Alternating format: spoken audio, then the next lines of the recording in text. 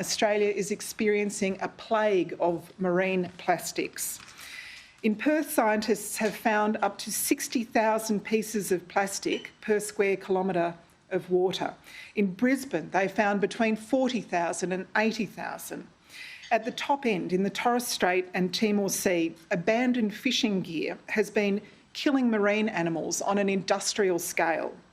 These underwater hurricanes of debris are known as ghost nets, and they're strangling up to 14,000 turtles a year, turtles which are listed as threatened. Our waters are struggling, and so is the land. As a result of erosion, deforestation, intensive agriculture and climate change, Australia's soil is now generally in poor condition, and it's getting worse. We're losing topsoil, letting it blow away without vegetation to protect it, making our soil less productive, less fertile and less efficient in holding water, which means our agricultural output is lower than it could be.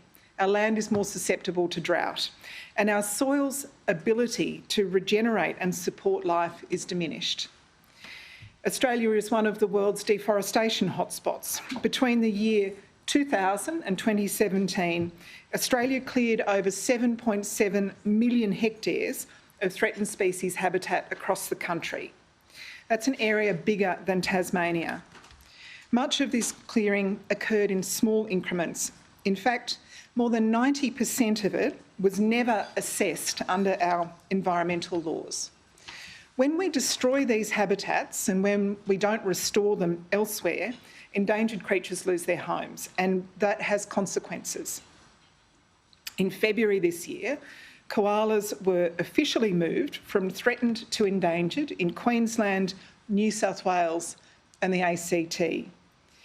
These drowsy creatures have grazed on Australian eucalypt for more than 25 million years, and it's only this year, of all years, that they've become endangered.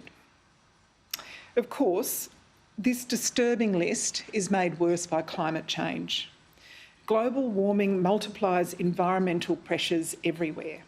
It heats our oceans, it deepens droughts, it intensifies disease, it destroys habitats, and it worsens extreme weather events, which tilt the balance of ecosystems beyond recognition. The bushfires of 2019 and 2020 are still being felt today.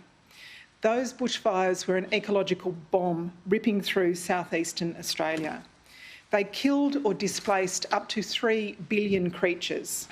They burnt over 80% of the Greater Blue Mountains area, almost 60% of our Gondwana rainforests, and more than 40% of the Stirling Range National Park. And they tipped clouds of sediment and ash into our waterways, leading to mass marine deaths. That summer was terrifying for anyone who lived through it. And if we don't act, those awful red nights will become more common.